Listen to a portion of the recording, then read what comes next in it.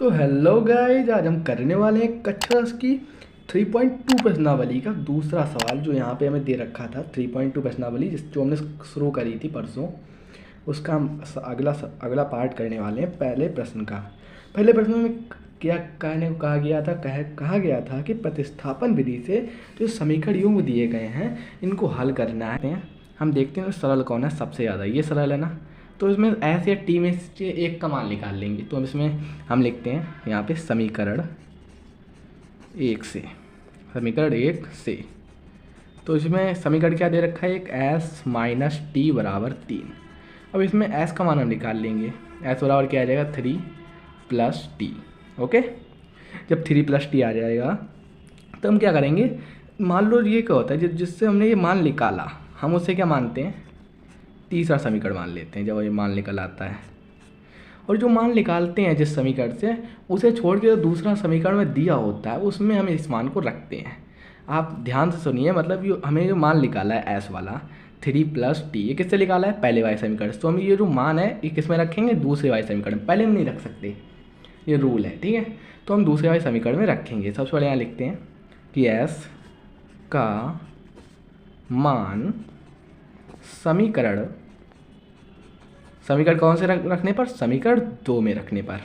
समीकरण 2 में जब रख देंगे तो देखते हैं इसमें क्या होता है। समीकरण 2 में रखने पर हम रख के क्या करेंगे, इसे हल करेंगे। कैसे, एस का मान क्या है, ऐसी जगह हम क्या रख सकते हैं, 3 plus T upon 3 plus T upon 2 equal to, मतलब बराबर क्या आ जाएगा, 6।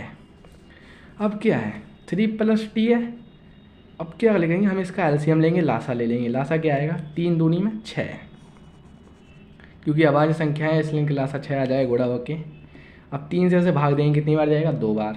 2 से ऊपर गुणा कर देंगे, क्या आ जाएगा, 2 3 6 और 2t आ जाएगा, ठीक है।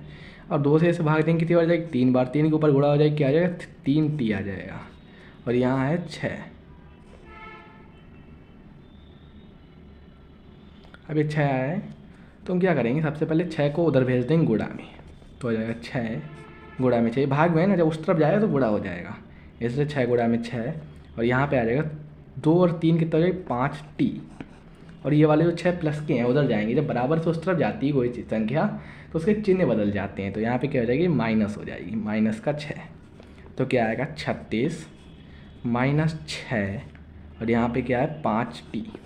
और 36 में 6 घटाओ, कितना बचेगा, 30। और टी और 5 को क्या बचेंगे, यहाँ गुणे में है ना, जब कोई गुणे की चीज़ को बराबर की उस तरफ भेजेंगे तो बटे में, मतलब भाग में चली जाती है, उस बटे में कहते हैं हम। 5 से इसे काट देंगे हम। 5 से जब इसे काटेंगे तो 5 का क्या होता है, 30 होता है। टी का मान क्या आ जाएगा, 30। टी का मान क्या आ गया, 6। जब टी का मान 6 आया ना, तो टी के मान को उठा के कहाँ रखेंगे हम, समीकरण संख्या 3 में। 3 में रखो, 2 में रखो, 1 में रखो, पर अक्सर 3 में रखते हैं। तो लिखते हैं टी का मान समीकरण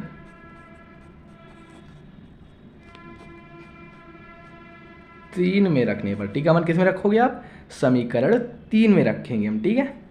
टी का मान समीकरण 3 में रखने पर जो रख देंगे ना टी का मान, जब हम टी का मान समीकरण 3 में रखेंगे, ठीक है, तो हम क्या करेंगे, जो समीकरण 3 है इसमें टी का मान रखा, तो क्या दे रखा है समीकरण 3, एस बराबर 3 और टी की जगह क्या आ जाएगा, 6। तो एस का मान क्या आ जाएगा, 9। एस का मान क्या आया, 9, क्योंकि हमने इसे जोड़ दिया, ठीक है। 6 3 9 होता है। अब हम देखते हैं हमारे जो एस और टी के मान आए हैं ये सही हैं या गलत।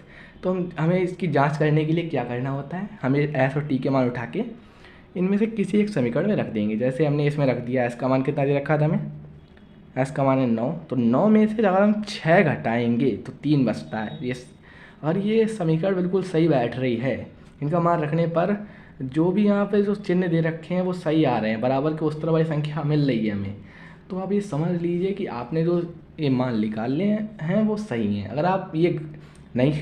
अगर ये नहीं हो रहा है तो आप समझ लीजिए आपके मान है वो गलत है, तो आप उसे जांच कीजिए, ठीक है।